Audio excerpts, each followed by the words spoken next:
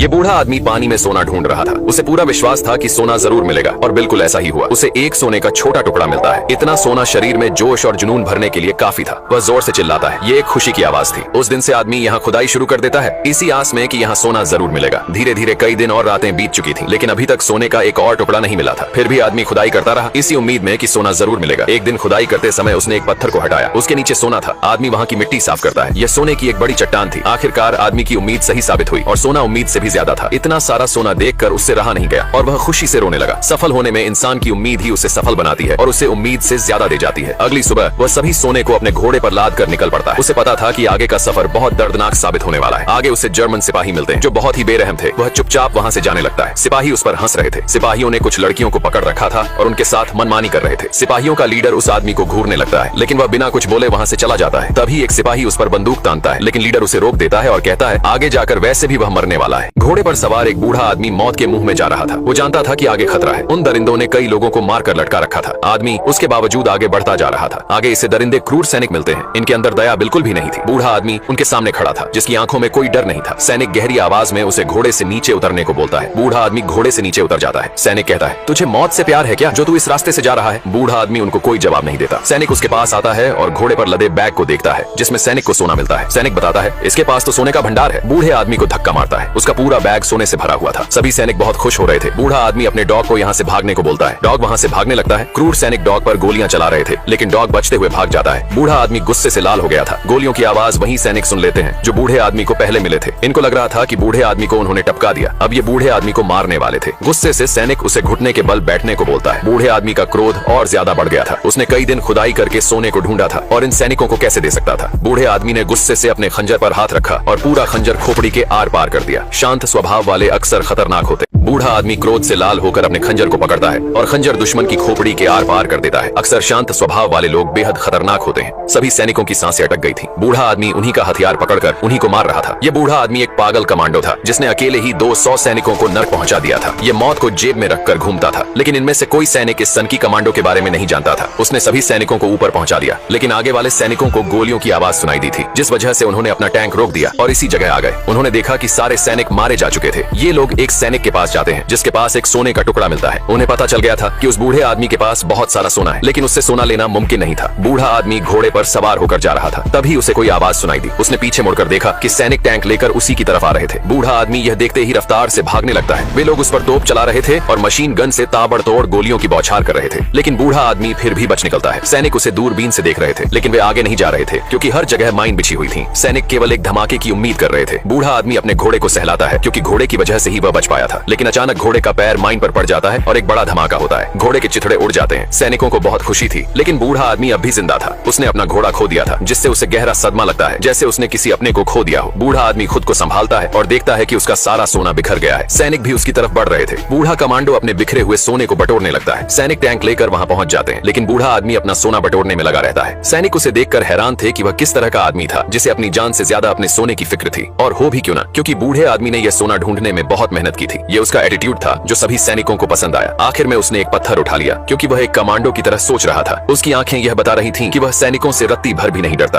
क्रूर सैनिक एक बूढ़े कमांडो पर गोलियां बरसा रहे थे। आग में लिपटा कमांडो एक नदी में कूद जाता है। कमांडो के पास भारी मात्रा में सोने से भरा बैग था। सभी सैनिक उसके ऊपर आने का इंतजार कर रहे थे। उन्हें लग रहा था कि वह ऊपर जरूर आएगा, लेकिन बूढ़ा कमांडो पानी में अपनी सांस रोक कर बैठा हुआ था। वह अपनी सांस काफी देर तक रोक सकता था। सैनिक उस पर निशाना लगाकर तैयार खड़े थे। थोड़ी देर बाद वह पानी से ऊपर आता है। ये लोग उस पर गोली चलाते हैं, लेकिन कमांडो फिर से पानी में चला जाता है। वह ऊपर सांस लेने आया था। तभी नाव से एक सैनिक पानी में कूद जाता है और उसे ढूंढने लगता है, लेकिन कमांडो कहीं नजर नहीं आ रहा था। अचानक वह पीछे से सैनिक को पकड़कर उसे स्वर्ग पहुंचा देता है। पानी के ऊपर खून दिखाई दे रहा था। नाव पर बैठा सिपाही यह देखकर घबरा गया। सिपाहियों के लीडर ने दूसरे सिपाही को पानी में जाने को बोला। दूसरा सिपाही डरते हुए पानी में कूद गया। थोड़ी देर बाद फिर से पानी में खून दिखाई देने लगा। नाव पर बैठा सिपाही यह देखकर डर गया और वहां से भागने लगा। वह जानता था कि अब उसे पानी में भेजा जाएगा। सिपाहियों का लीडर उसे वापस आने को बोल रहा था, लेकिन वह उसकी बात नहीं सुन रहा था, जिस वजह से लीडर उसे मारने का आदेश देता है और नाव वाले सिपाही को गोली मार दी जाती है, लेकिन उस नाव को कमांडो ने पकड़ रखा था, जिस वजह से कमांडो किनारे पहुंच चुका था। एक सैनिक अपनी मशीन गन घुमाता है और उस कमांडो पर अंधाधुंध फायरिंग कर रहा था, लेकिन कमांडो ने उस सैनिक की बॉडी को कंधे पर लाद कर खुद का बचाव करते हुए भागने लगा। बूढ़ा कमांडो सैनिकों की बॉडी से बचाव करते हुए भाग रहा था। दुश्मन लगातार गोलियां चला रहे थे, लेकिन वो खुद को बचा लेता है, पर ये लोग उसे ऐसे नहीं छोड़ने वाले थे, क्योंकि उसका कुत्ता यही रह गया था। ये कुत्ते के साथ वो करने वाले थे जिसे देखकर रूह कांपने वाली थी। बूढ़ा कमांडो वहां से बचकर आ गया था, लेकिन उसने देखा यहाँ सब कुछ उन्हीं सिपाहियों ने तबाह कर दिया था। उन्होंने पूरा एक गांव जला दिया था। बूढ़ा आदमी एक गैस स्टेशन पर आता है और कुछ देर यही आराम करने की सोचता है। उसके हाथ में सोने से भरा बैग था। थोड़ी देर बाद इसे अपने कुत्ते की आवाज सुनाई पड़ती है। बूढ़ा आदमी बाहर देखने जाता है। इसका कुत्ता भागते हुए इसके पास आता है। आदमी बहुत खुश होता है, लेकिन कुत्ते के ऊपर बम बांध रखा था। आदमी जल्दी से निकाल कर फेंक देता है। बम फट जाता है। थोड़ी देर बाद उसे होश आता है और उसने देखा उसके सामने वही क्रूर सिपाही खड़ा था। बूढ़े कमांडो को वो फंदे पर लटका देते हैं। थोड़ी देर उसके मारने का इंतजार करके चले जाते हैं, लेकिन कमांडो अभी जिंदा था। वो खंभे में लगी कील का सहारा ले रहा था। इस तरह लटके हुए उसे सुबह हो जाती है। सुबह एक हवाई जहाज पास से गुजरता है, जिसकी हवा से रस्सी सरक जाती है। इस तरह वो नीचे गिर जाता है।